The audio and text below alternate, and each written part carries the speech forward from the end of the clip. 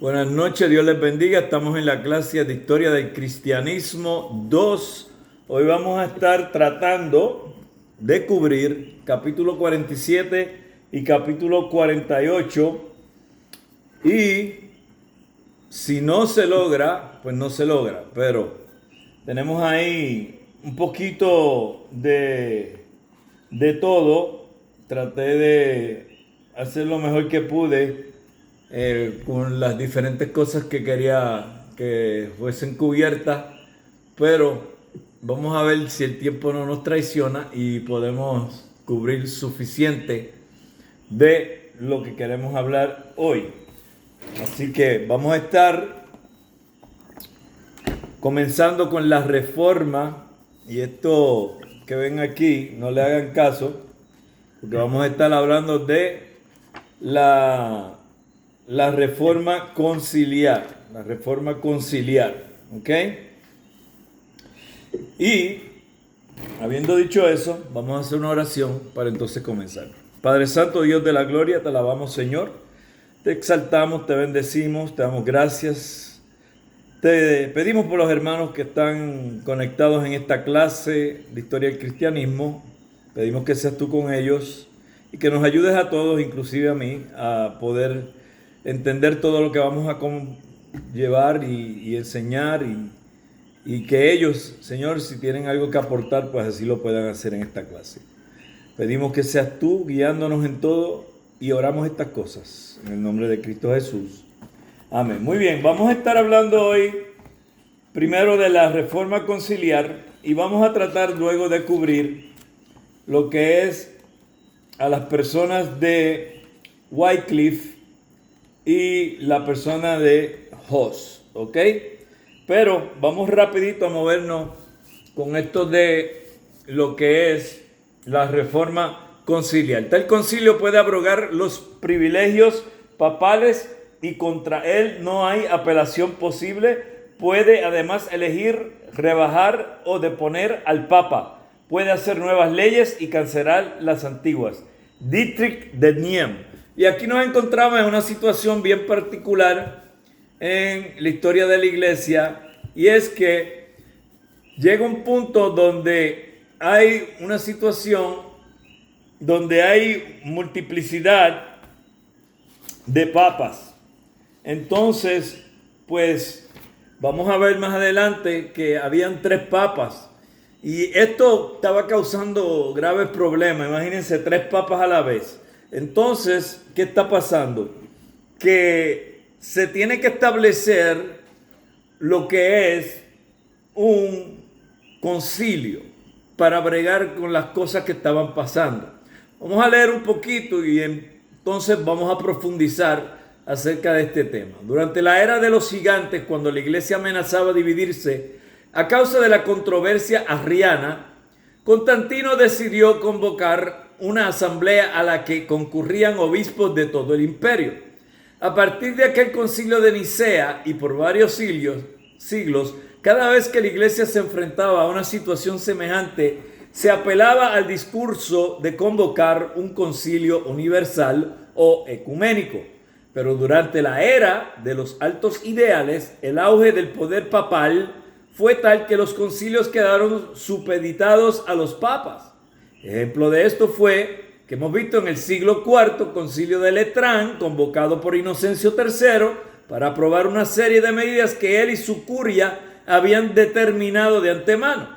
Pero ahora, con las tristes experiencias de la cautividad babilónica y del gran cisma de Occidente, comenzó a cobrar fuerza la idea de convocar un concilio cuya función fuera no sencillamente refrendar las acciones papales, sino reformar la iglesia y resolver los problemas que los papas habían creado con sus ambiciones, sus pugnas y su corrupción. Entonces aquí tenemos una situación donde a través de los años hemos visto que el poder papal ha dañado a la iglesia totalmente. Y en vez de ser una persona que está en una posición donde está dando ejemplo bueno de humildad, de santidad, de todo lo que Cristo espera de un siervo de él, la figura papal se había convertido en una especie de élite donde ellos estaban disfrutando de todo lo que era el lujo y la opulencia, siendo los papas. Entonces, a causa de esa forma de ellos mirar su cosmovisión cristiana, que para nada iba con la cosmovisión que vemos en la Biblia, entendieron que había que hacer algo los líderes de la iglesia. Y la forma en que ellos entendían que podían tratar de controlar, de cambiar, de hacer alguna axioma, hacer una reforma dentro de la iglesia católica, y que quede claro, no estoy hablando de la reforma protestante, estoy hablando de una reforma interna dentro de la Iglesia Católica Apostólica Romana. Se establece esto que es la reforma conciliar. La reforma conciliar. Y hay una teoría detrás de esta reforma conciliar.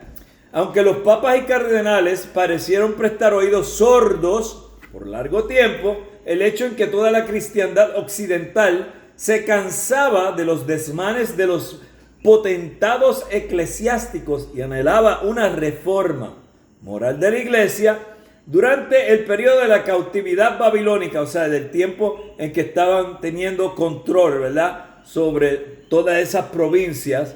Las voces de protesta vinieron mayormente de los países que estaban en guerra con Francia, pero el gran cisma creó un clima universal de impaciencia con los manejos de los papas, puesto que fueron los eruditos quienes dejaron constancia escrita de su inconformidad.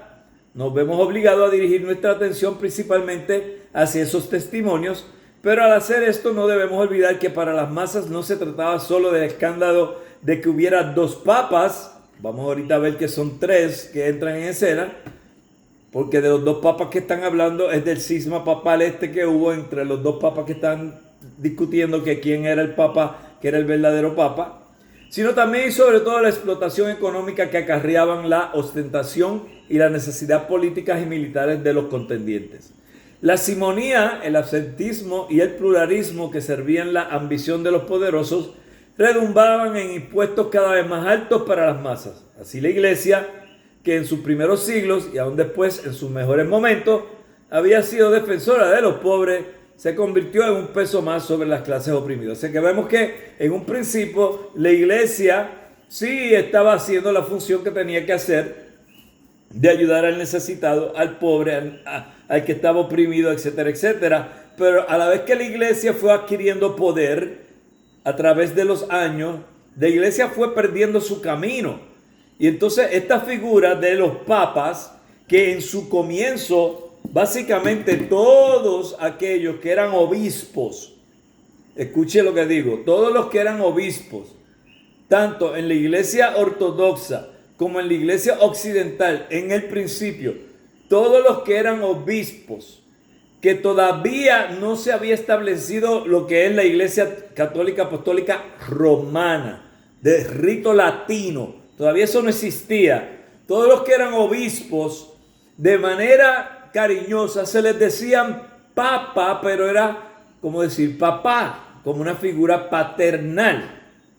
Obviamente, luego se toma eso para el sumo pontífice de Roma, que ya hemos explicado que la palabra sumo pontífice también es escogida de lo que era el imperio romano. El César era el sumo pontífice. Cuando la iglesia católica se une a la iglesia cristiana, se une a la iglesia, al imperio romano, y dentro de toda esa unidad empieza a desarrollarse lo que eventualmente ya para el siglo IV es conocida como la Iglesia Católica Apostólica Romana. Ahí encontramos entonces que el Papa toma lo que es el título de sumo pontífice de lo que era el emperador de Roma. Y hasta el día de hoy están usando ese título. Ahí encontramos ahora que llegamos a los 3 papas. Y esto es bien interesante porque ahorita estábamos hablando fuera de la cámara acerca de las diferentes cosas bastante chocantes que hemos aprendido acerca del papado, y esta es otra de esas cosas que también podemos añadir a ese listado.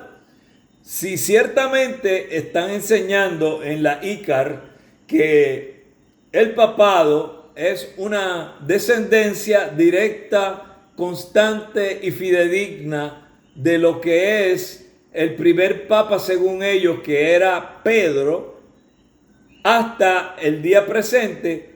Sin embargo, encontramos situaciones como 2 papas a la vez, un papa que era mujer, un papa que es desterrado, sentado con sus ropas papales, llevado a juicio y vuelto a enterrar, que eso son tradiciones paganas que se metieron dentro de la iglesia, que usaban los líderes y reyes que eran bárbaros y hacían ese tipo de cosas. Y ahora nos encontramos con otra más, de las muchas más que hay, que son 3 papas. Pero el concilio de Pisa, lejos de resolver el cisma, lo complicó, pues ahora había 3 papas y cada cual se consideraba a sí mismo el legítimo sucesor de San Pedro y cabeza de la iglesia. Aunque la mayoría de los estados de Europa occidental aceptaba tanto el concilio de Pisa como el papa electo en el Benito todavía era considerado papa legítimo por toda la península ibérica y por Escocia. Gregorio, por su parte, contaba con el apoyo vacilante de Nápoles y Venecia, y con la ayuda decidida de los Malatesta, que eran dueños de la ciudad de Rimini. Luego, aunque el Papa Pisano era sin lugar a dudas el que gozaba de un reconocimiento más general, los otros 2 eran todavía capaces de seguir sosteniendo sus cortes y sus pretensiones. En lugar de atacar inmediatamente a sus 2 rivales, Alejandro V se dedicó a consolidar su posición, confirmando casi todos los cargos y honores que habían sido conferidos por los papas a quienes el concilio había declarado depuestos.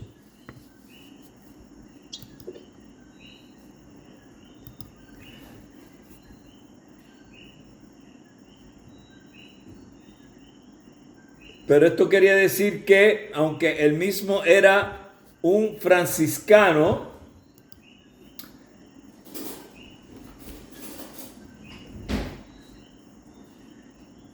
y vida austera y leal defensor de la reforma, esta se vio relegada al segundo plano, puesto que las prebendas por él confirmadas eran precisamente el peor de los males que debían erradicarse. Por lo pronto, su principal intento de reforma consistió en darle más derechos e injerencia a los asuntos eclesiásticos a sus compañeros de orden, puesto que los franciscanos, o sea, la orden de sacerdotes, habían hecho votos de pobreza y todavía muchos de ellos tomaban esos votos con gran seriedad.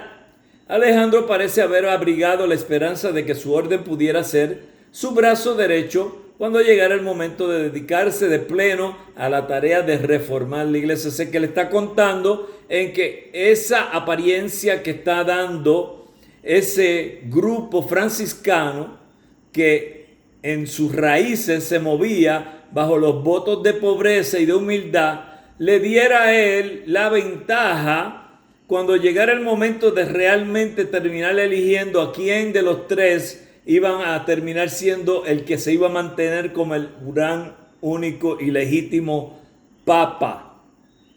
Así que él está descansando en que eso le iba a ayudar con su tarea de reformar a la iglesia, la cual realmente necesitaba, y podríamos decir que el día de hoy necesita una reforma.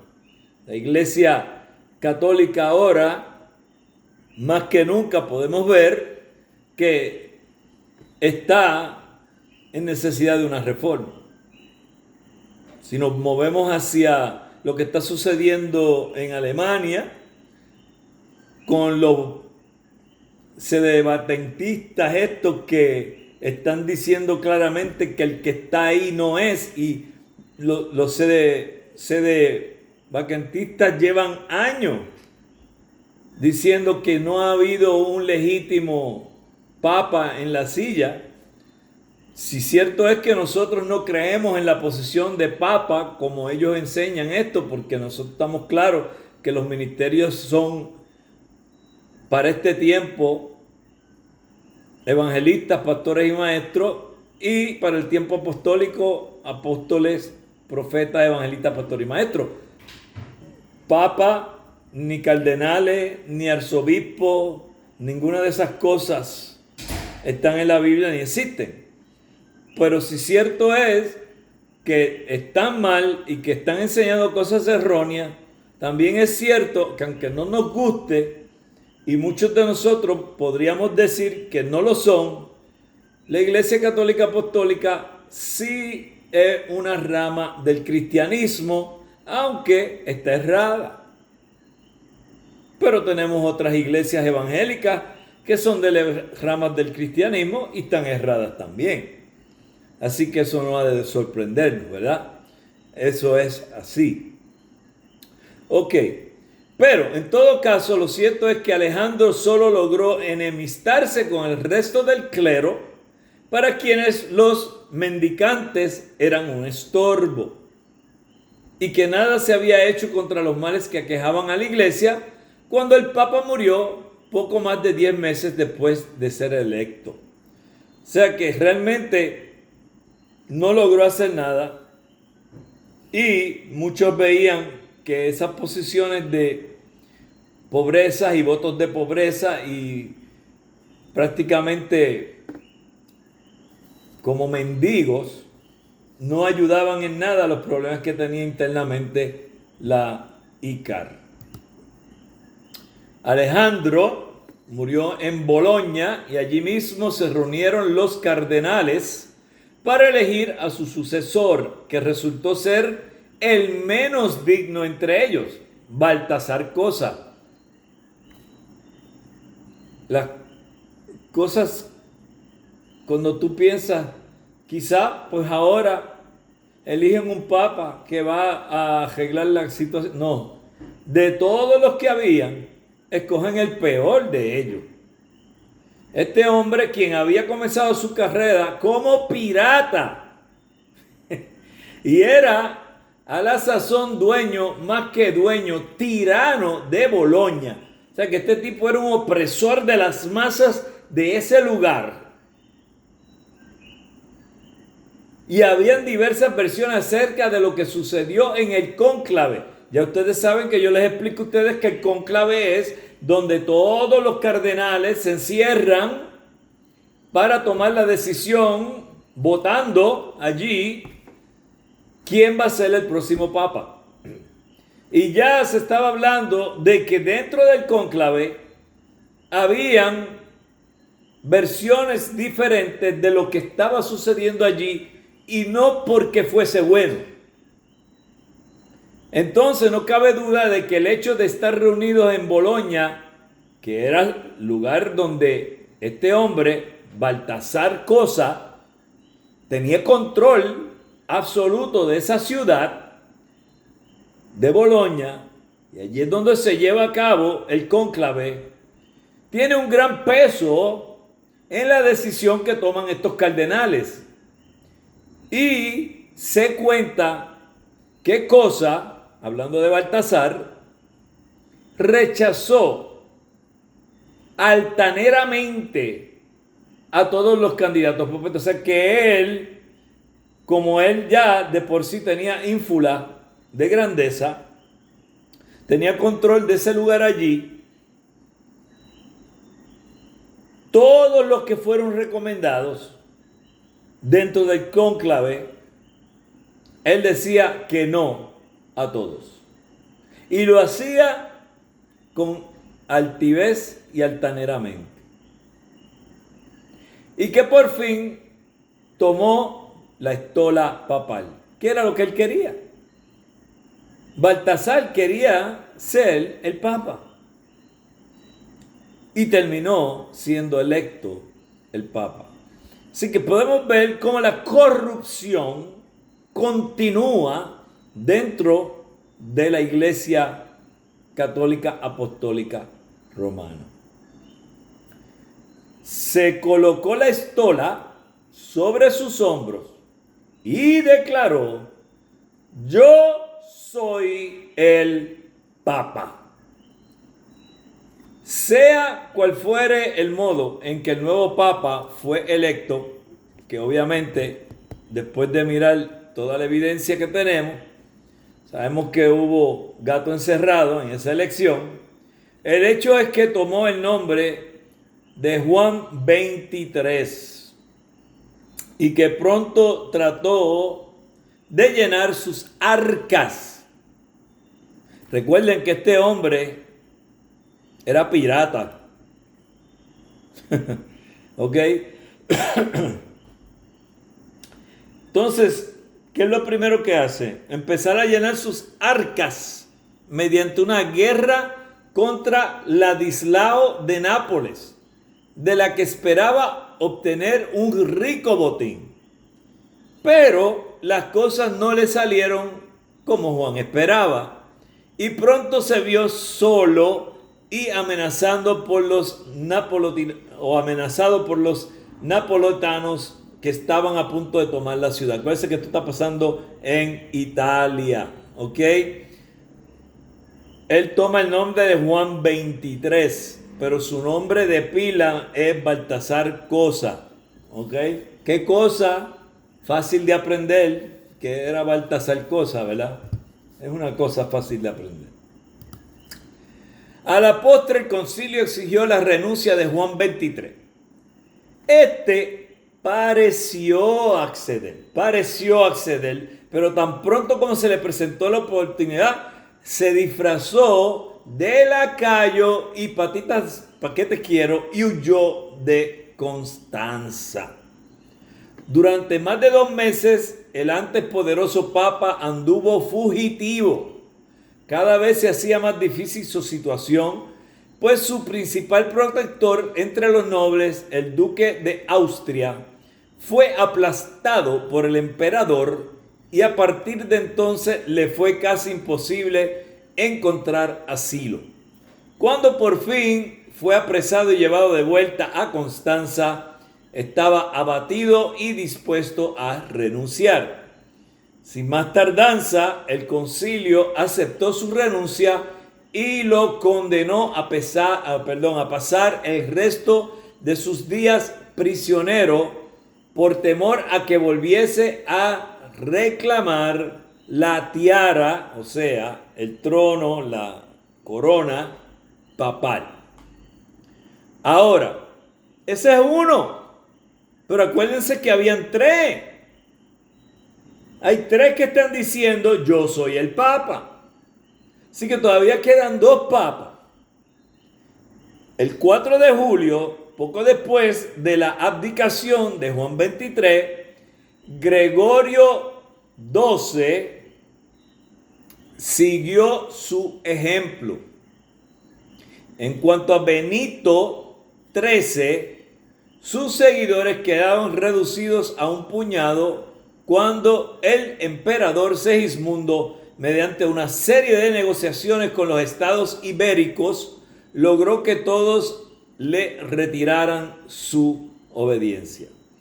Aunque después su fortaleza en Peñíscola, el viejo cardenal Pedro de Luna continuó llamándose único papa legítimo y dándose el título de Benito XIII, ya nadie le hizo caso. O sea que no importa, por más que él estaba tratando, ya era tarde la situación. Ahora, ¿qué pasa? ¿Se acuerdan que comenzamos hablando de lo que es la reforma conciliar? Pues aquí viene. Ahora no tenemos uno, no tenemos dos, no tenemos tres, no tenemos ningún papa. Ahora la iglesia está sin papa. Así que a falta de papa, el concilio quedó como poder supremo y se dedicó a la reforma de la iglesia. Pero antes, según veremos en otro capítulo, había condenado a Juan Hus, de quien vamos a hablar en un momento, si así nos da el tiempo. Y muchos de los presentes creían que esa decisión era un paso necesario en la tarea de librar a la iglesia de toda mácula de herejía o corrupción. Pero todavía faltaba dar pasos concretos para erradicar males tales como la simonía, el pluralismo y el absentismo.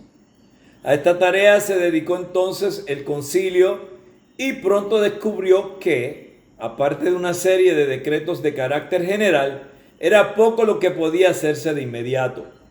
Por tanto, la asamblea se contentó con promulgar una serie de medidas contra los abusos de la época y se dedicó a otras dos tareas que aún quedaban pendientes. La primera era la elección de un nuevo papa. La segunda, mucho más importante desde el punto de vista de los conciliaristas, era asegurarse de que hubiera concilios periódicos que se ocuparan de que los papas llevasen a cabo las reformas necesarias. Así que realmente hay una preocupación real dentro de la iglesia de que hay que hacer algo, hay que definitivamente reformar este revolú que tenemos aquí, porque realmente la iglesia lo que se ha convertido en un lugar para que los papas se den la gran vida y los que terminen pagando los platos rotos sea el pueblo. Tienen que elegir un papa, pero el sentimiento de que hay que hacer una reforma en la iglesia está en los líderes que están en la iglesia. Estamos hablando de todos los cardenales y arzobispos de la iglesia. Recuerde que el sistema de la ICAR es un sistema jerárquico. Así que nosotros no podemos quizá como evangélicos entender muy bien esto, porque nuestras iglesias no tienen un sistema jerárquico. Podemos tener diferentes personas a cargo de diferentes ministerios, pero como tal una jerarquía no existe en las iglesias evangélicas. Es muy raro. La única iglesia que usted podría decir que tiene jerarquías, que es considerada una iglesia protestante, sería la iglesia anglicana. Cuando miramos a la iglesia anglicana, encontramos que la iglesia anglicana, que es la iglesia de Inglaterra, mantuvo muchas de las cosas de la iglesia católica apostólica romana. Pero, obviamente, al separarse de la iglesia y formarse la iglesia anglicana, y eso sucede obviamente cuando el rey Jaime le pide al Papa en aquel momento que quiere un divorcio y se lo niegan, y el rey dice, bueno, pues váyanse a freír espárrago, y formó su propia iglesia, siendo él el líder de la iglesia anglicana, y ahí es que surge la iglesia anglicana. Y en Puerto Rico y en otros países latinoamericanos, eventualmente la iglesia anglicana pasa a ser, en los países hispanoparlantes, lo que conocemos hoy en día como la iglesia episcopal. Así que la iglesia episcopal es la iglesia anglicana de corte hispano. Hay unas diferencias que podríamos decir que están marcadas dentro de la iglesia episcopal versus la iglesia anglicana, encontramos que en la iglesia episcopal usted va a encontrar muchas imágenes e inclusive usted podría pensar que está entrando a una iglesia católica cuando entra a una iglesia episcopal. Si alguno de ustedes alguna vez han entrado a una iglesia episcopal, tienen que entonces saber de lo que estoy hablando. Si no lo ha hecho, mire, no hay nada malo con ir a hacer la investigación. Usted, como cualquier buen turista que puede estar llegando aquí a Puerto Rico, se mete en una iglesia episcopal y la mira y ve cómo es. ¿Ok? Si hay algo que nosotros, los cristianos evangélicos, pecamos de hacer, es entender lo que otras iglesias están haciendo y nos quedamos en la burbuja de nuestro mundo y nuestra cosmovisión cristiana. Entonces, si yo te dijera a ti, por ejemplo, que ahora mismo cualquiera de ustedes ahora cogiera y dijera, yo soy pentecostal, no sé si hay alguien pentecostal aquí, no lo sé, pero vamos a decir que hay alguien que es pentecostal, y yo te digo, vamos a darnos un viajecito y vamos a ir a África, porque yo quiero ir allá a llevarte a una iglesia ortodoxa, pero no ortodoxa como pensarías tú. Vamos a ir a una iglesia ortodoxa pentecostal. Y cuando llegamos allí y entramos, lo primero que te va a venir a la mente a ti va a ser, yo estoy en una iglesia pentecostal. Esto parece una iglesia católica. Esto parece una iglesia ortodoxa oriental. Pues ¿sabes qué? En la iglesia ortodoxa pentecostal se visten como la ortodoxa griega, como la ortodoxa copta, como la ortodoxa, bueno, no tanto como la copta, más como la griega, más como la ortodoxa griega. La ortodoxa copta usa mucho el negro, la griega usa más colores de oro, colores más llamativos. Y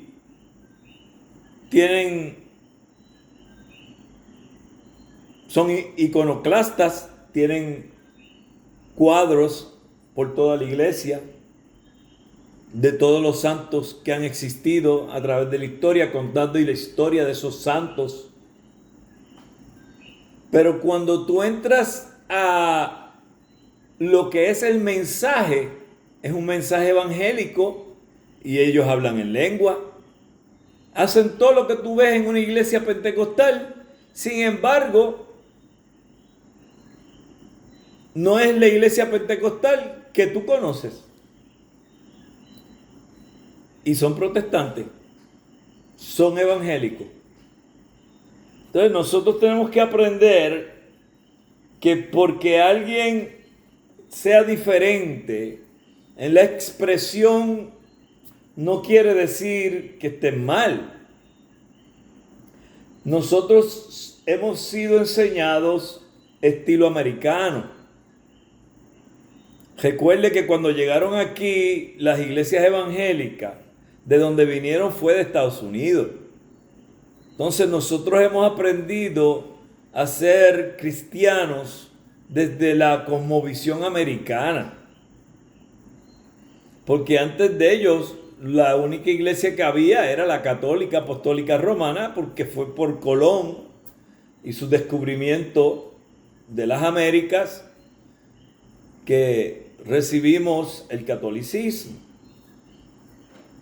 Así que digo todo esto porque ustedes deben de, cuando están estudiando esta historia del cristianismo, entender que tenemos que tener la mente no abierta a herejías y falsas enseñanzas, que Dios reprenda eso, pero tenemos que estar abiertos al entendimiento de que hay personas que son tan evangélicos como nosotros, tan bíblicos como nosotros, pero la forma en que ellos llevan a cabo su culto es diferente. Entonces, tenemos que tener eso claro.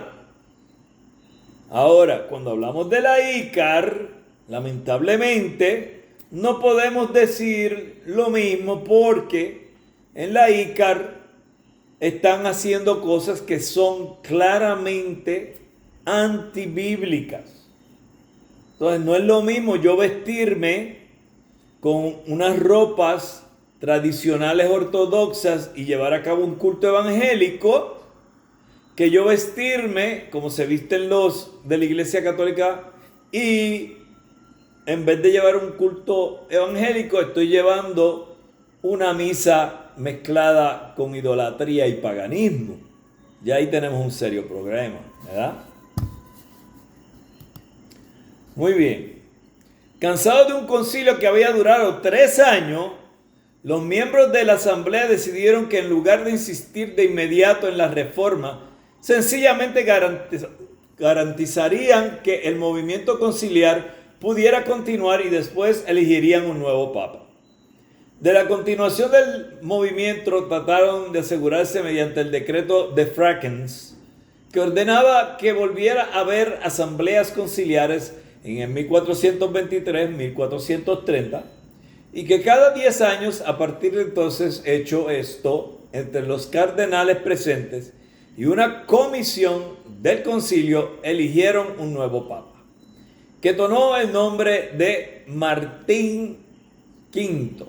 El gran cisma de Occidente había terminado. O sea que primero tuvimos el gran cisma original del cual hablamos ya, de la ortodoxa y la iglesia occidental, y ahora este cisma de Occidente era por la multiplicidad de papas. Entonces cuando veamos, si es que viene en el examen, no sabemos todavía, que se habla del gran cisma de Occidente, estamos hablando del cisma por causa de la multiplicidad papal, muchos papas.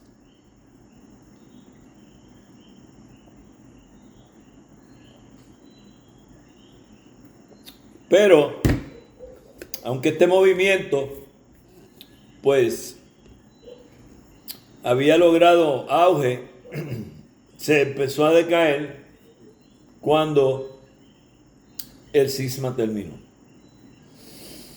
El triunfo del papado. Los próximos años fueron un periodo de tensión creciente entre la doctrina conciliarista y la monarquía papal. Martín V, que era hábil diplomático, se cuidó de no contradecir los decretos del Concilio de Constanza, pero tampoco confirmó los que estaban dirigidos contra su poder. Muy bien, ahí terminamos con los concilios, lo que realmente necesitábamos saber. Y ahora vamos a hablar de un hombre muy importante que surge antes de la Reforma Protestante y es considerado un proto-protestante, ¿ok? Proto-reformador. Y lo voy a citar lo que él dice. Se me ha acusado de esconder bajo una máscara de santidad la hipocresía, el odio y el rencor. Me temo y con dolor confieso que tal cosa me ha acaecido con harta frecuencia. Juan Wycliffe, persona muy importante en el proceso proto-reformador y definitivamente va a ser mencionado porque es de las figuras claves de la historia que ayudaron a abrir el camino para que tú y yo hoy en día gocemos de la libertad y la capacidad de expresión, de disfrute de las Sagradas Escrituras que la Iglesia Católica Apostólica Romana tenía pisado a muchos de poder disfrutar, porque ellos tenían el control, teniendo el poder como lo tenían. El curso ininterrumpido de nuestra narración nos ha hecho continuar la historia del papado y del movimiento conciliar hasta los principios del siglo XV. En esa narración nos hemos referido repetidamente a los intentos de reforma que caracterizaron al movimiento conciliar. Según hemos visto, esa reforma se dirigía no a cuestiones de doctrina, sino más bien a la práctica de la vida religiosa, y en particular contra abusos tales como la simonía, el absentismo, etc. Pero al mismo tiempo que los acontecimientos que hemos narrado estaban teniendo lugar, había otro movimiento de reforma mucho más radical que no se contentaba con atacar las cuestiones referentes a la vida y a las costumbres, sino que buscaba también corregir las doctrinas de la iglesia medieval, ajustándolas más al mensaje bíblico. Y de los muchos que siguieron este camino, los más destacados de los más destacados fue Juan Wycliffe y Juan Hus. De él vamos a hablar. Wycliffe vivió durante la época de la cautividad babilónica, del papado y los inicios del gran cisma. O sea que él estaba en ese movimiento cuando los árabes estaban controlando las cosas y cuando estaba el inicio de la multiplicidad papal, ¿verdad? Entonces él está en ese momento desarrollándose.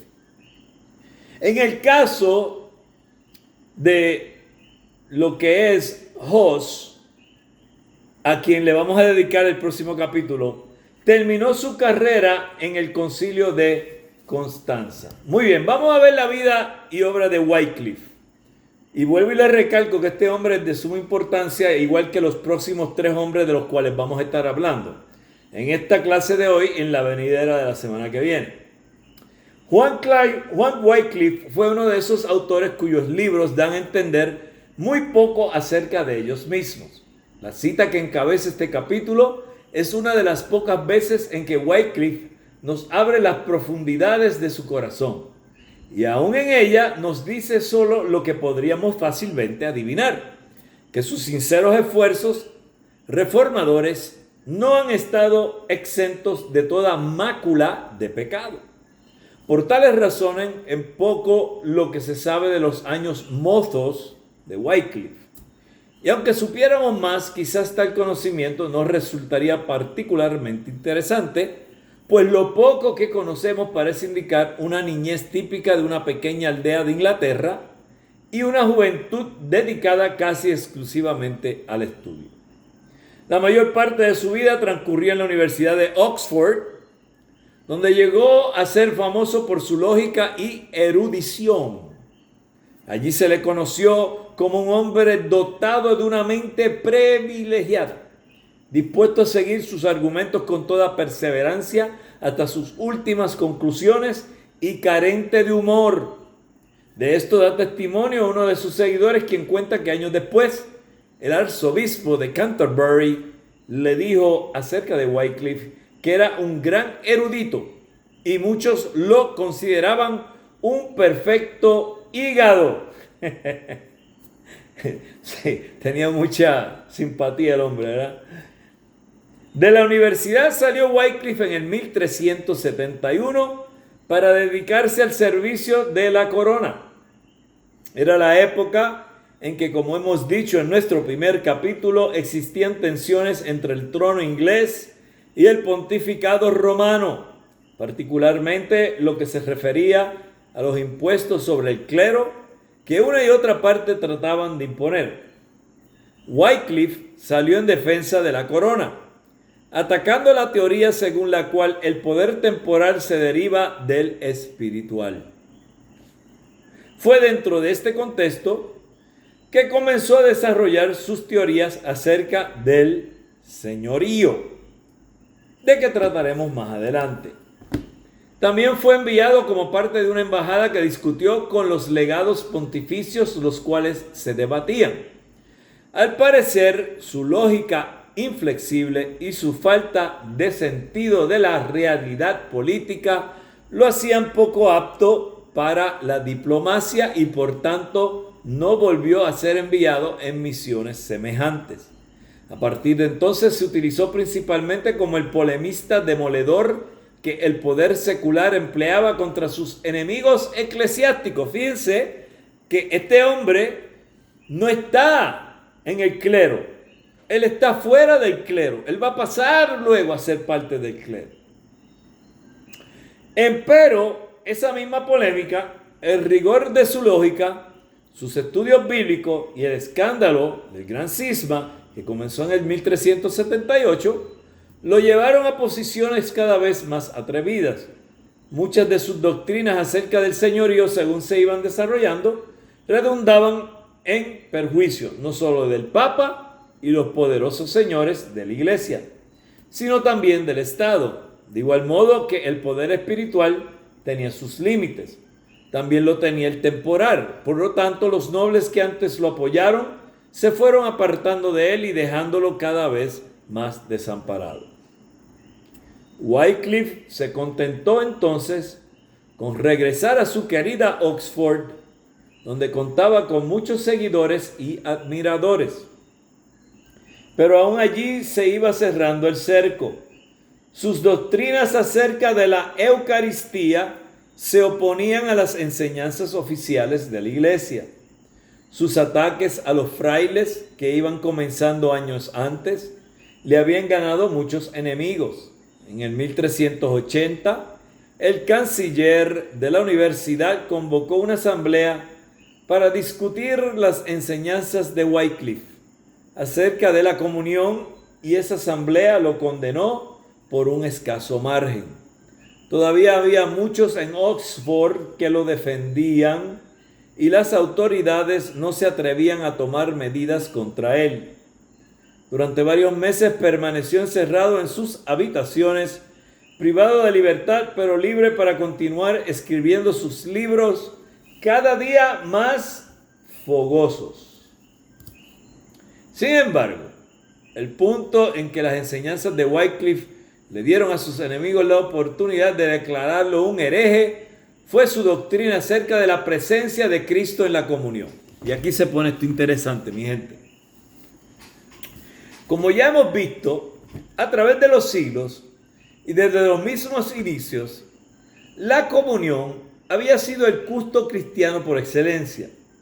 Poco a poco se le fue dando un sentido mágico.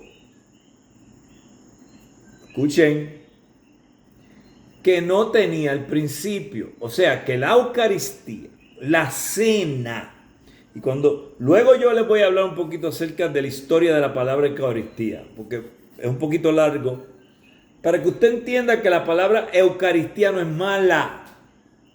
Lo que pasa es que volvemos a lo mismo. La Iglesia Católica Apostólica Romana se adueña de unas expresiones, las hace suyas, las convierte malas para los que somos evangélicos y por ende no las usamos. Y en vez de llamarle Eucaristía, nosotros le llamamos Cena del Señor o Santa Cena. Pero es por la misma culpa de la mala utilización del término por la ICAR. Pero luego hablaremos de eso. Continuamos con Wycliffe. Entonces, como ya hemos visto, a través de los siglos y desde los mismos inicios, la comunión había sido el culto cristiano por excelencia. Poco a poco se fue dando un sentido mágico que no tenía al principio. En la piedad popular, surgió la idea de que el pan y el vino se convertían literalmente en el cuerpo y la sangre de Cristo. Esta fue una de las controversias que narramos al tratar acerca de la época carolingia. En aquella época las supersticiones populares fueron rechazadas por los mejores eruditos, pero a pesar de ello continuaron propagándose y en el siglo XIII, siglo X,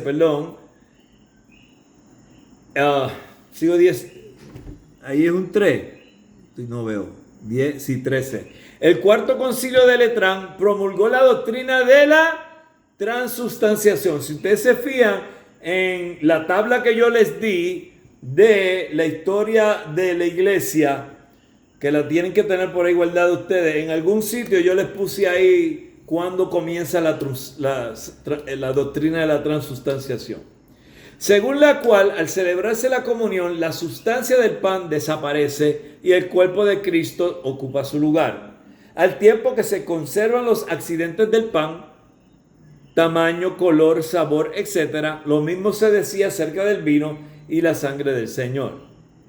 Wycliffe rechazó esa doctrina, y con razón, obviamente. No porque quisiera restarle importancia a la comunión, ni tampoco porque no creyera que en ella ocurría un verdadero milagro, sino porque le parecía contradecir la doctrina cristiana de la encarnación, cuando el Verbo se encarnó, se unió a un hombre. Esa unión no destruyó la humanidad de Jesucristo. Afirmar lo contrario sería caer en el docetismo. Y ustedes saben bien que el docetismo enseñaba que no había una doble naturaleza, que no había una naturaleza humana y una naturaleza divina. De igual modo, lo que sucede en la comunión es que el cuerpo de Cristo se une al pan sin que éste deje las doctrinas de lolardismo, y en la lista esa que yo les di aparecen los lolardos, ¿ok? De hecho, no sé si está aquí, creo que sí, no recuerdo, pero Wycliffe en cierta forma se une a los lolardos. Las doctrinas del lolardismo eran claras, tajantes y revolucionarias. La Biblia debía ponerse a disposición del pueblo en el idioma vernáculo. O sea que tenía que ser en el idioma que se pudiera entender. Las distinciones entre el clero y el laicado, y estamos ahora con los lolardos, y acuérdense que Wycliffe, por eso les dije que creo que en algún momento aquí se menciona, no recuerdo, pero creo que sí, que se menciona que Wycliffe se hace lolardo antes de que lo maten.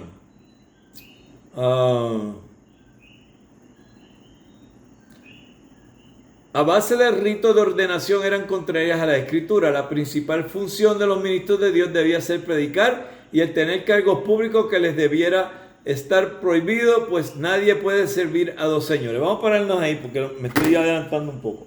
Ok, en esto de la transustanciación, tenemos que entender que todo comienza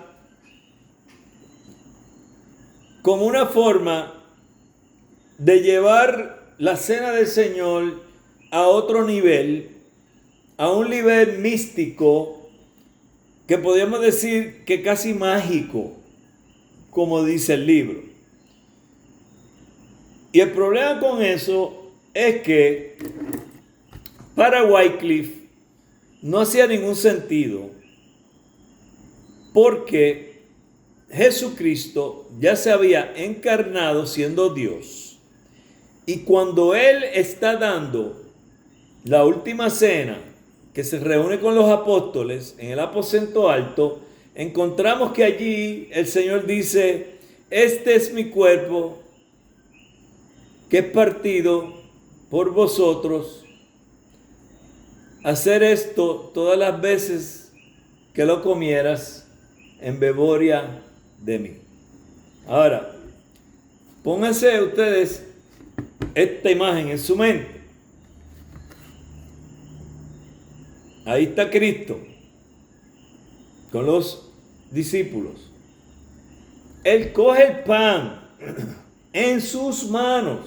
O sea que Jesús encarnado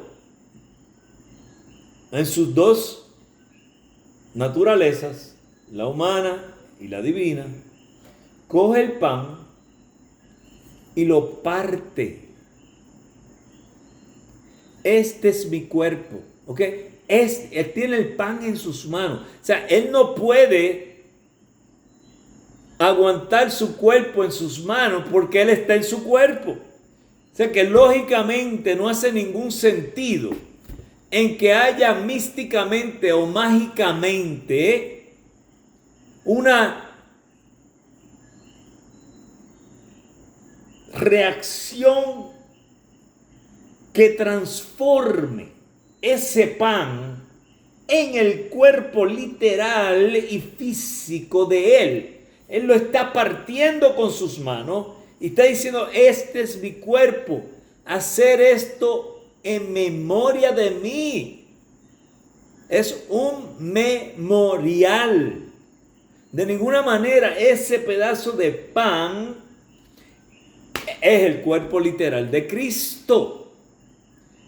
Y entonces Wycliffe está haciendo eso como un señalamiento, y esto es parte de lo que los lollardos, al estar enfocado en la enseñanza escritural de la Biblia, están diciendo. Sin mencionar lo que vamos a estar hablando ahora, que tiene que ver con los sacerdotes, los monjes, etc. Las monjas, todo eso. Entonces, nosotros como cristianos evangélicos no creemos en ninguna manera en la transubstanciación. Eso es un disparate, es un invento. Entonces lo que hace es llevar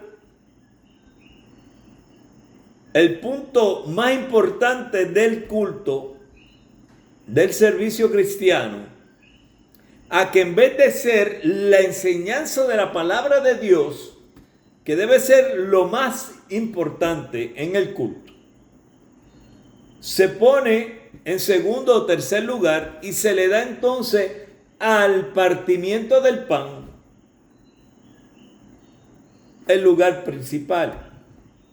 Por eso es que usted ve que en las iglesias de rito latino, la mesa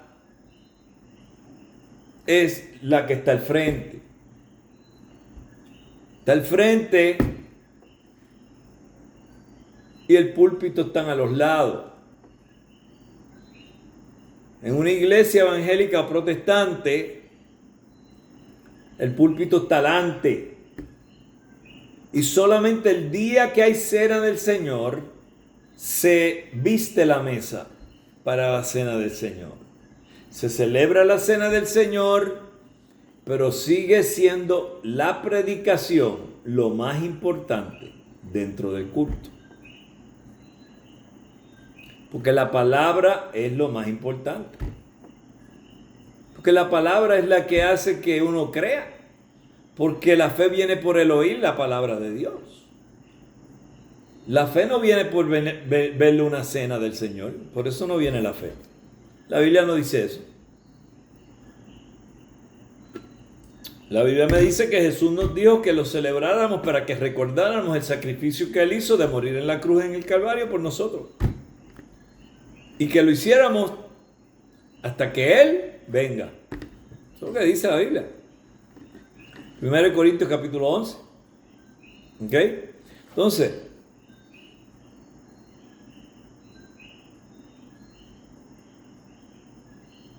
fíjense la hipocresía que hay en todo esto, que desde el siglo XII, la ICAR deja de darle el vino al pueblo. Desde el siglo XII. Estamos en el siglo XXI.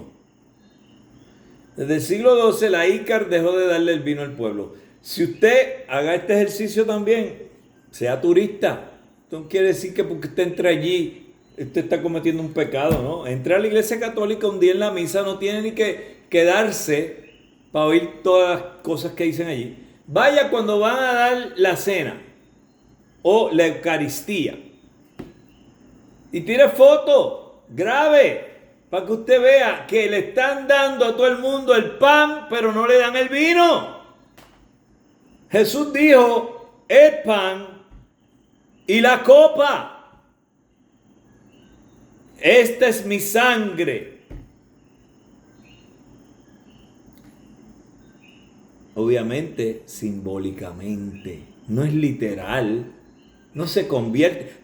Pero el sacerdote coge la copa y se empina el vaso de vino, lo más feliz y contento. Y te digo que yo estaba allí hace muchos años. Nunca yo tomé vino. Nunca. Siempre me daban el pan seco. O sea que para colmo están violando lo que Cristo dijo.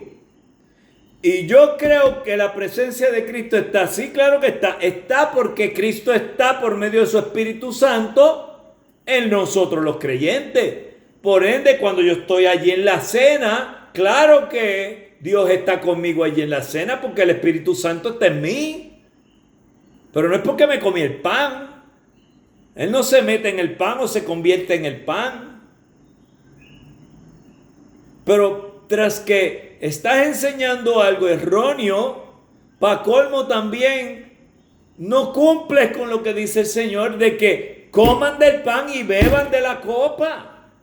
Le estás negando la copa al pueblo.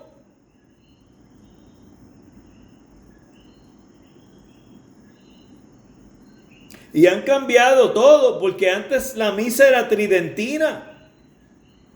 Ya la misa no es tridentina.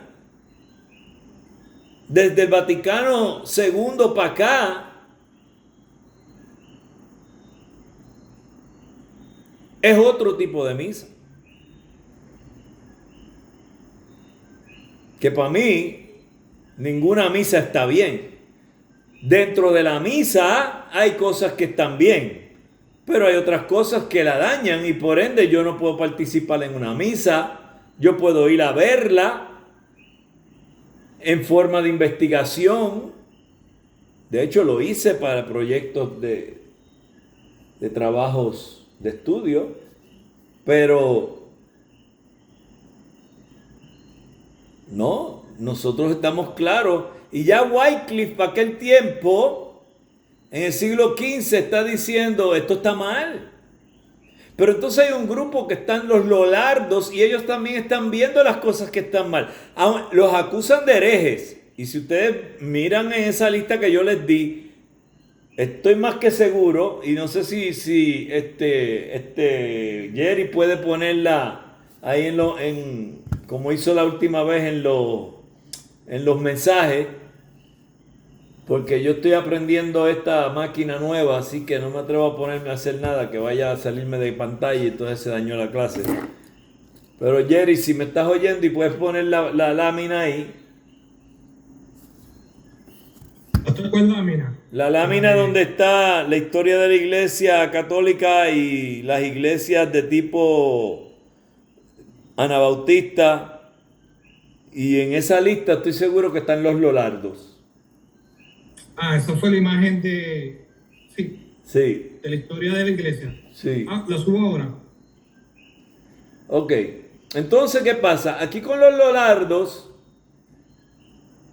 se empieza a entrar en cosas que le tocan la llaga a muchos.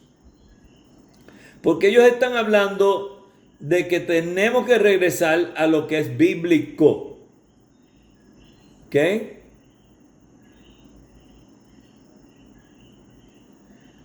El celibato de los sacerdotes, monjes y monjas. Ok, vamos a ver aquí el chat.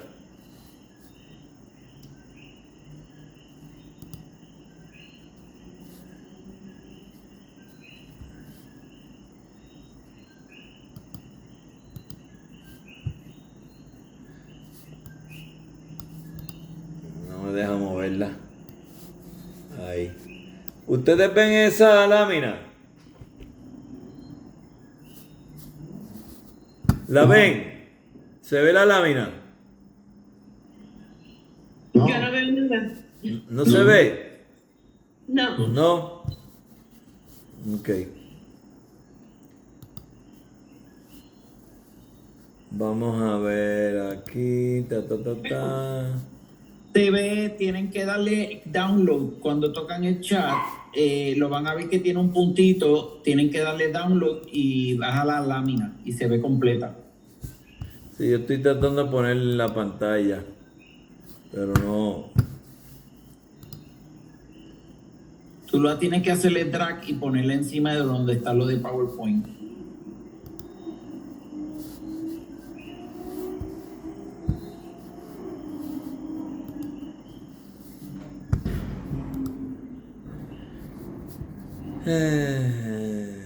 Qué malo es no saber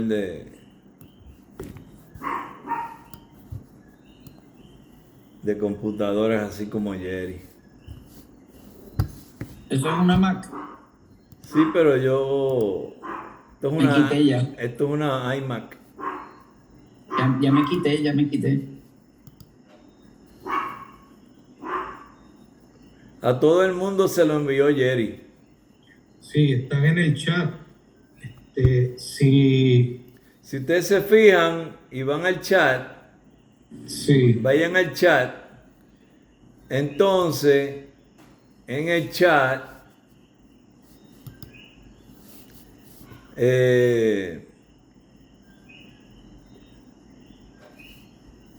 Pastor, en en el chat. en la línea roja Sí. dice Lolardos Wyclifistas. Lo pueden ver ahí. A ver si esto me deja darle. Si me dejara guardarla, vamos a ver, déjame darle download aquí. ¿Cómo se llama esto? Lámina. Historia de la iglesia, pastor. Historia de la iglesia. Entonces la voy a poner en el desktop.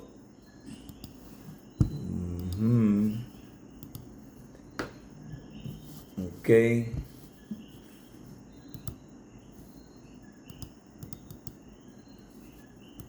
Entonces le voy a dar New Share. Y ahora va a salir.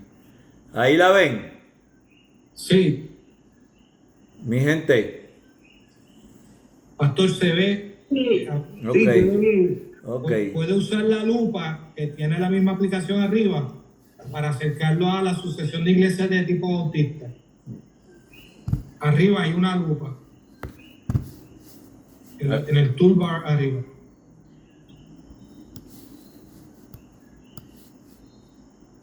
Aquí. Para el medio, para el medio, para el Sí, en medio. el mes es ese. Sigue aumentando. Ahí se ve. Ok. ¿Lo ven aquí? Sí. ¿Ah? Déjame mutear. Sí, Sí, se voy ve. a mutearme de nuevo. ¿Dónde está Maribel? Galaxy 23 Maribel. Sí, se ve. El señor es Porfirio. Ok. Mire lo que dice ahí. Bien. No es que yo esté tratando de darle preeminencia a la iglesia bautista, ¿ok? Que estemos claros. Pero yo no puedo cambiar lo que está. ¿Sabes? Está. Y ahí tú ves claramente que dice Lolardos. Y al lado que dice Wyclifitas. ¿Por qué? Porque Wycliffe se hizo Lolardo. Porque él dijo, espérate, esta gente están haciendo lo que yo estoy buscando, que es estar más cerca a la Biblia. Si te vas abajo de eso, ya mismo vamos a hablar de Juan Jos, si el tiempo me da, y Dios mío. Y encontramos los bohemiamos y dice usitas. ¿Por qué se llaman usitas? Porque son seguidores de Juan Hus.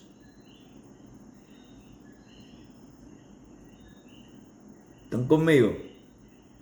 ¿Ok? All right. Vamos a ver por aquí cómo yo cambio esto ahora para darle share otra vez a la stop share. Vamos a dejar aquí. Dejamos aquí. Entonces vamos a coger aquí.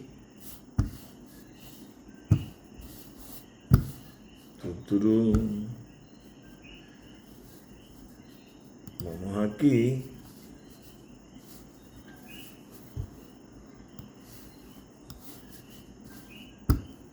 Share screen. Y ahora vuelvo acá. Estoy hecho un titán. Estoy hecho un titán, Jeffrey.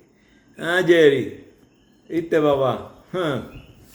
De aquí a un mes voy a ser incontrolable con esta máquina. Incontrolable.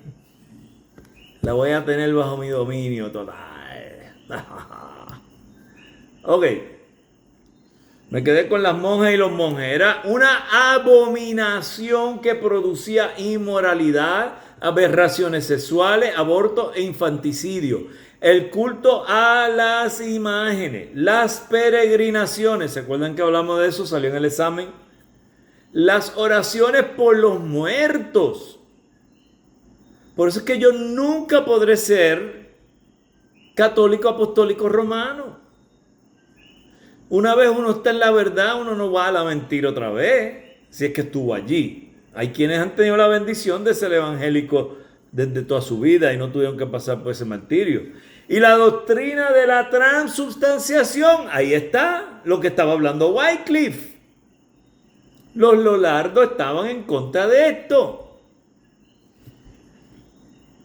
Eran pura magia y superstición. Más tarde, según el movimiento se fue apartando de sus raíces académicas y había en él menos personas capaces de orientarlo mediante sus estudios bíblicos y teológicos, comenzaron a aparecer dentro de él grupos cuyas teorías eran cada vez más extrañas. Y ahí es que empezó el problema. ¿Ok? A pesar de que se les perseguía constantemente, ¿quién los perseguía? La ICAR los perseguía. Los Lollardos nunca llegaron a extinguirse. A principios del siglo XVI, el movimiento cobró nuevas fuerzas y el número de mártires ejecutados por sostener sus doctrinas aumentó considerablemente. A la postre, el remanente Lollardo que debe haber sido, y por alguna razón no puse el final de eso, pero debió haber sido mucho más amplio, pasó a dejar de existir, pero entonces entra el grupo de los jesuitas. Y ahora vamos a hablar de este señor en el capítulo 49, que también es un proto-reformador, ¿ok? Juan Hus. Y dice Juan Hus: por tanto, escuchen, ¿por qué nosotros terminamos creyendo lo que creemos hoy en día? Gracias a estos hombres que tuvieron los pantalones de pararse ante el poderío de Roma.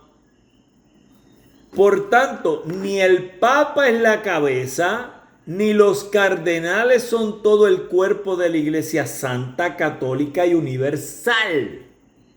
¿Por qué? Porque la Iglesia Católica Universal es la Iglesia en su totalidad. No es la Iglesia Católica Apostólica Romana.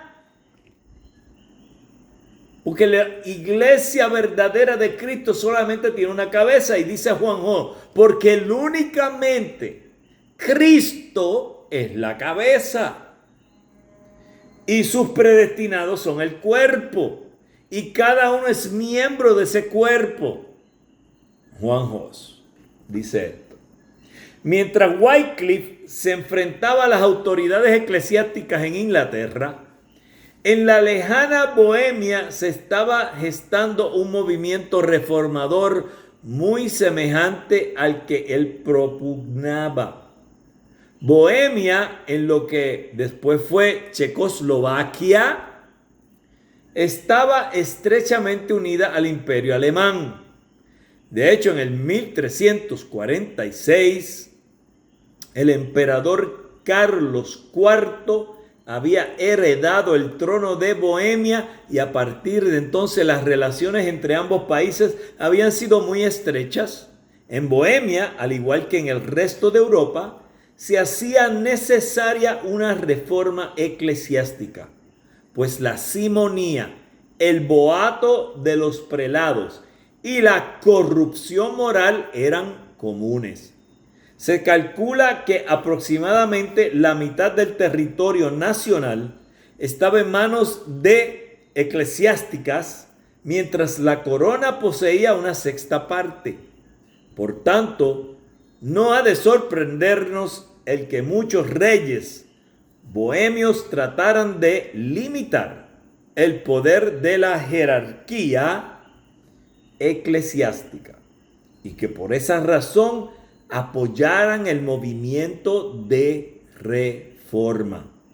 Pero también es cierto que varios de esos reyes fueron reformadores sinceros cuyas acciones fueron movidas por un genuino deseo de corregir los abusos que existían en la iglesia. Vida y obra de Juan Hus.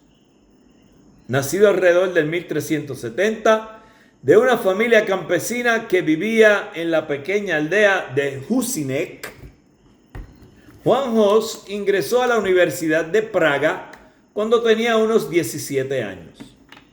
A partir de entonces, toda su vida transcurrió en la capital de su país, excepto sus 2 años de exilio y su encarcelamiento en Constanza. En 1402 fue hecho rector y predicador de la capilla de Belén. Allí se dedicó a predicar la reforma que tantos otros checos habrían propugnado desde tiempos de Carlos IV. Su elocuencia y ardor eran tales que pronto aquella capilla se volvió el centro del movimiento reformador. Wenceslao y su esposa Sofía lo tomaron por confesor y le prestaron su apoyo. Algunos de los miembros más destacados de la jerarquía comenzaron a mirarlo con recelo, pero buena parte del pueblo y de la nobleza parecía seguirlo. Y el apoyo de los reyes era todavía suficientemente importante para que los prelados no se atrevieran a tomar medidas contra el fogoso predicador. Como tenía los reyes a favor de él, todavía nadie se atrevía a meterle mano al hombre. Y lo estaban dejando quieto. En el mismo año pasó a ocupar el púlpito de Belén. No estamos hablando de Belén allá en Jerusalén, ¿ok? Estamos hablando en Checoslovaquia. Hus fue hecho rector de la universidad. Por tanto, se encontraba en óptima posición para impulsar la reforma. Al mismo tiempo que predicaba contra los abusos que existían en la iglesia, Hus continuaba sosteniendo las doctrinas generalmente aceptadas. Y ni aun sus peores enemigos se atrevían a impugnar su vida o su ortodoxia. A diferencia de Wycliffe, Juan Hus era un hombre en extremo afable, tipo chévere, buena gente, caía bien, y grande el apoyo popular con que contaba. Wycliffe pues tenía buenas intenciones, estaba haciendo lo correcto, pero una persona que su personalidad seca pues tampoco ayudaba mucho. El conflicto surgió en los círculos universitarios, cuando no. Poco antes habían comenzado a llegar a Praga las obras de Wycliffe, un discípulo de Juan Hus, Jerónimo de Praga.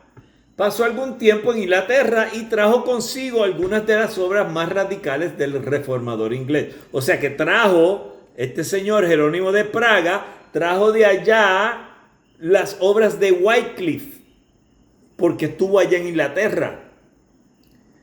Y trajo las más importantes de esas obras. Y entonces parece que Hus empezó a leer las obras de Wycliffe con mucho interés y entusiasmo. Se trataba de alguien cuyas preocupaciones eran muy semejantes a las de él. Pero lo cierto es que Hus nunca se hizo wyclifita. Los intereses del inglés no eran los del bohemio, quien no se procuraba tanto por las cuestiones doctrinales como por la reforma práctica de la iglesia. En particular, nunca estuvo de acuerdo con lo que Wycliffe había dicho acerca de la presencia de Cristo en la comunión, sino que ésta al fin continuó sosteniendo una posición muy semejante a la que era común en su tiempo, la transubstanciación. Obviamente, estaba errado en esa área. Empero, en la universidad se discutían las obras de Wycliffe. Los alemanes se oponían a ellas por una multitud de razones, pero sobre todo porque en lo que se refería a la cuestión de las ideas universales que hemos discutido anteriormente, Wycliffe era realista y los alemanes seguían las corrientes nominalistas del momento. Los alemanes trataban a los checos como un puñado de bárbaros, anticuados que no estaban al día en cuestiones filosóficas y teológicas. Y por ello no seguían el nominalismo que estaba de moda. Ahora, las obras de Wycliffe venían a prestarles apoyo a los bohemios, mostrando que en la prestigiosísima Universidad de Oxford, un famoso maestro había sostenido el realismo, y esto en fecha relativamente reciente. Y terminamos con esta lámina y wow, estamos bien a tiempo. La Biblia, y que un papa que no se ajuste a ella no ha de ser obedecido. Fíjate qué posición más tajante, clara, precisa, concisa en referencia al papado. Si no se ajusta a la Biblia, no lo deben obedecer. Pero aún así, esto era, con ligeras diferencias, lo mismo que había dicho Guillermo de Ockham al declarar que ni el Papa ni el Concilio, sino solo las Escrituras, son infalibles. Otro incidente vino a enconar la cuestión aún más. Con Juan XXIII, el Papa Pisano estaba en guerra con Ladislao de Nápoles. En esa contienda, su única esperanza de victoria estaba en lograr el apoyo tanto militar como económico del resto de la cristiandad latina. Acuérdense que estamos hablando de la Iglesia Católica Apostólica Romana, del rito latino. Todas las misas eran en latín. Por tanto, declaró que la guerra contra Ladislao era una cruzada y promulgó la venta de indulgencias, de lo cual estaremos hablando más adelante, para costearla. A Bohemia llegaron los vendedores, utilizando toda clase de métodos para anunciar su mercancía. Hus, quien 20 años antes había comprado una indulgencia, pero que ahora había cambiado de parecer, protestó contra este nuevo abuso. En primer lugar, una guerra entre cristianos difícilmente podría recibir el título de cruzada, y en segundo, solo Dios puede dar indulgencia. Y no ha de pretender venderse lo que viene únicamente de Dios, obviamente refiriéndose a la salvación. ¿Ok? Ciertamente, si fuésemos a coger más acerca de Juan Hus, sería demasiado. Yo te invito que, como dice el prontuario, que te exhorta a leer todo el libro. Si usted quiere leer más sobre él, coja el capítulo completo de Juan Hus y léalo, y así va a tener más información acerca de Juan Hus. ¿Ok? Muy bien. Entonces, ¿qué vamos a hacer? Nosotros nos vamos a mover.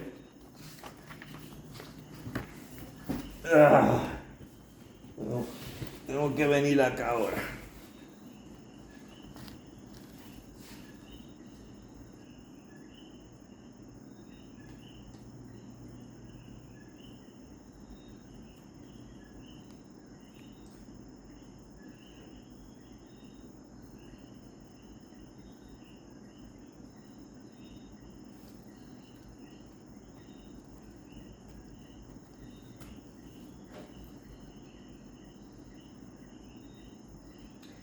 Ok.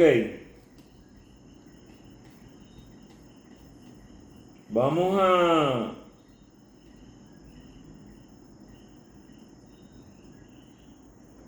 Vamos a estar cogiendo el tomo 2 para los que tienen los tomos. Ok. El tomo 2, déjame ver. Correcto. Y del tomo 2, que también usted lo va a encontrar si tiene el libro si tiene este libro, la obra completa, el tomo 2, vamos a coger el capítulo 2. Vamos a dejar a Isabel quieta, no quiero hablar con Isabel la católica. Y vamos a estar la semana que viene dándole nuestro completo y total interés a la persona que impulsó la Reforma Protestante. Página 33 del capítulo 2. Martín Lutero, camino hacia la Reforma. Y a este señor le vamos a dar toda la atención de la clase y vamos a ver cómo reparto esto. Pero se supone que la siguiente semana cojamos el capítulo 3 y entremos en la teología de Martín Lutero. Así que se supone que cogemos a todo Martín Lutero en la clase que viene. ¿Ok? Obviamente sabemos que Martín Lutero es el que empieza la Reforma Protestante y ya mencionamos que tanto Wycliffe como Hus eran proto reformadores. ¿Ok? Eran antes de la reforma, pero ya venían con la idea de reformar. Entonces, muchas de las cosas que Lutero vamos a aprender, que él plantea cuando entremos especialmente a la teología de Martín Lutero, vamos a ver que ya eran cosas que estaban en la mente de personas mucho antes. Lo que pasa es que las personas no tenían la plataforma correcta para poder darle ese empuje a la reforma. De hecho, estamos en el mes de la Reforma Protestante. El mes de octubre es el mes de la Reforma Protestante y el día 31 es el día de la Reforma, porque en ese día fue que Martín Lutero pone la tesis de 95 críticas, básicamente, a el papado, pero sobre todo la más importante es la venta de las indulgencias, o sea, que vendiendo indulgencias, vendiendo la salvación, ¿verdad? Pero de eso hablaremos en más detalle en las próximas clases, ¿ok? Preguntas acerca de la clase de hoy.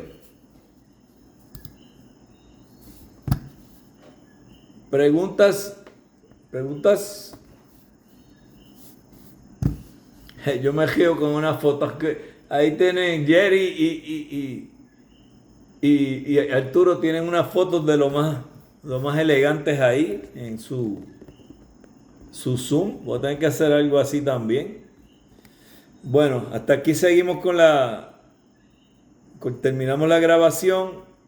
Seguimos con los estudiantes fuera de cámara. Todos los que vean esto, que Dios los bendiga.